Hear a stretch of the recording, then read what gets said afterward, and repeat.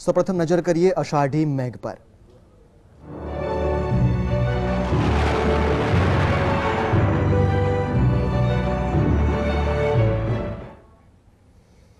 પોરબંદરના માધવપુર ગેડ પંથકમાં મેઘરાજાએ ધમાકેદાર એન્ટ્રી કરી છે। ગરમી અને બફારા બાદ મેઘરાજા અહીં મન મૂકીને વરસ્યા છે।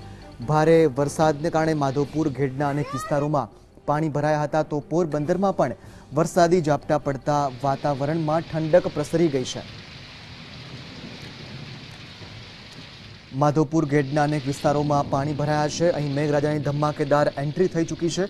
પોરબંદર શહેરના પણ અનેક વિસ્તારોમાં પાણી ભરાયા છે, તો લોકોને પણ ગરમીથી બફારાથી રાહત મળી છે। લોકો આ વરસાદી માહોલનો આનંદ માણી રહ્યા છે।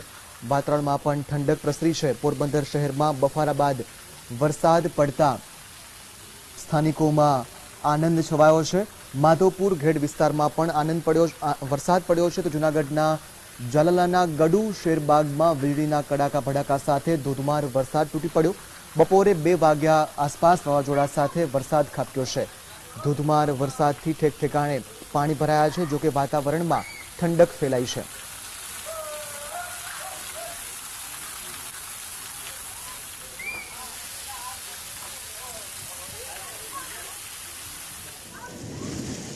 તો આ તરફ માંગરોળમાં પણ વરસાદી માહોલ જામ્યો છે। માંગરોળ પંથક અને આસપાસના ગ્રામ્ય વિસ્તારોમાં ગાજવીજ અને ભારે પવન સાથે વરસાદ શરૂ થયો છે।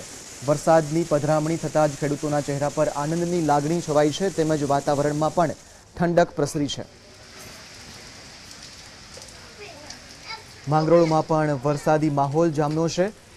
વીજળીના કડાકા ભડાકા સાથે વરસાદે આગમન કર્યું હતું અને ભારે પવન સાથે ધોધમાર વરસાદ તૂટી પડ્યો હતો। સમગ્ર માંગરોળ પંથકની અંદર પણ ધોધમાર વરસાદ વરસી રહ્યો છે, જેને લઈને વાતાવરણમાં પણ ઠંડક પ્રસરી છે। લોકો આ વરસાદી આનંદને માણી રહ્યા છે। જામનગર શહેરમાં પણ સતત બીજા દિવસે વરસાદ વરસ્યો હતો। શહેરમાં બપોરે 3 વાગ્યાના અરસામાં ગાજવીજ સાથે શરૂ થયેલા વરસાદે પાણી કરી દીધું હતું। જામનગર શહેરમાં ગઈકાલે 1 ઇંચ જેટલો વરસાદ વરસ્યા બાદ આજે અસહ્ય બફારાભર્યું વાતાવરણ જોવા મળ્યું હતું। જોકે બપોરે શરૂ થયેલા વરસાદને કારણે વાતાવરણમાં ઠંડક પ્રસરી હતી। જામનગર શહેર જિલ્લામાં મેઘરાજાની એન્ટ્રી બાદ શહેરીજનો તો ખુશખુશાલ છે જ, પરંતુ ધરતીપુત્રો હજુ પણ વાવણી લાયક વરસાદ થાય તેની રાહ જોઈ રહ્યા છે।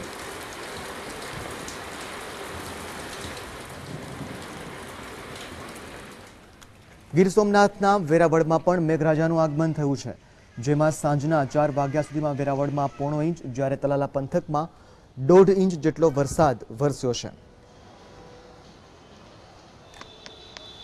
તાલાલામાં 1.25 ઇંચ જેટલો વરસાદ પડ્યો છે, તો વેરાવળના અન્ય પંથકની અંદર પણ 1 ઇંચ જેટલો વરસાદ પડી ચૂક્યો છે। જોકે હજુ પણ ખેડૂતો વાવણી લાયક વરસાદની રાહ જોઈ રહ્યા છે।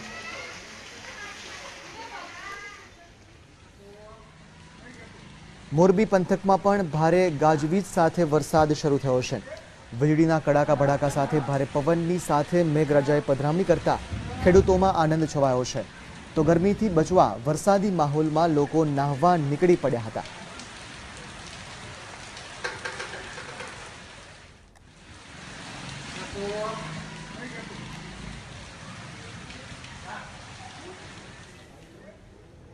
રાજકોટ મનપાની પોલ વધુ એક વખત ખુલી છે।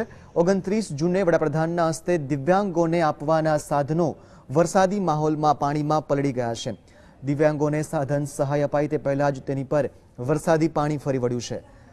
રાજકોટના રેસકોર્સ મેદાન ખાતે દિવ્યાંગોને સાધન સહાય આપવાનો કાર્યક્રમ યોજાવાનો છે। આ માટે દિવ્યાંગોને સાધન સહાય વિતરણ સ્થળે ખુલ્લામાં હજારો સાયકલો રખાઈ હતી, પરંતુ ભારે વરસાદ થતાં સાયકલો પલળી ગઈ છે।